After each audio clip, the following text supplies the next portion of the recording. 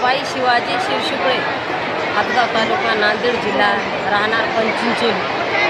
आजी तुम्हाला काय वाटतं की एवढा आनंद वाटते की असं की मी केव्हाच पाहिलं नाही। असं वाटते की मी कुठं कुंभमेळा प्रयागला पण असं झाला नाही। असं एवढे संत येतील म्हणून असं आम्हाला गॅरंटी नव्हती। आम्ही आलो तर आपण पाहत असतो अशी कशाची कमतरता काही नाही।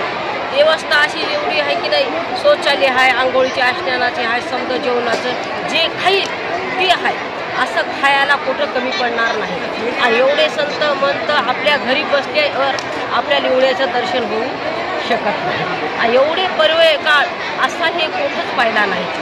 असा या काळामध्ये होईल म्हणून अशी शक्यता कोण देणार नाही। छोटंसं गाव आहे तर हे गाव लहान आहे।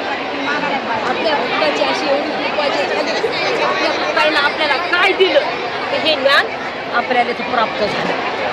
आणि आपण जे वयस्कर माणसं कोणी जे आहे तर कोणाला भेटल कोणाला न भेटल, पण या कुंभमेळ्यामध्ये सर्वाला आशीर्वाद समजे संतांचा भेटला।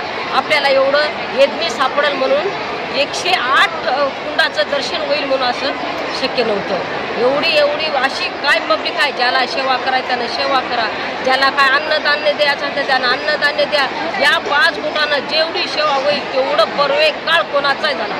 याच्यामध्ये आपण जर कोरोनामध्ये जर गेलो असतो, आपले काहीतरी भाग्याचे दिवस मागायचे आहेत म्हणून हे दिवस या उद्या काळाला आलेले आहेत आपले। आणि आपण जर गेलो असतं तर आपल्याला काय कळलं असेल, आता हे काय आपलं फक्त एकच राजा, आपला एकच राजा आपला, आपण काच्यावर जगायलो काच्यावर नाही, हे आपण यानं ज्यानं जे जेवढी जनता आहे त्याने आपली शिस्त ठेवावी। आणि आपण जे करतो जिजाऊन जे केलं ते आपल्या करणे भाग आहे। असं संभाजी राजाने जे केवढं केलं ते जिजाऊनं कसं पाळलं, आपण कसं पाळलं, शिक्षण कोणाला दिलं कोणा नाही दिलं, हे आपण जर लक्षात जर घेतली तर आपल्याचं भाग्य उदयाला आल्याशिवाय राहणार नाही।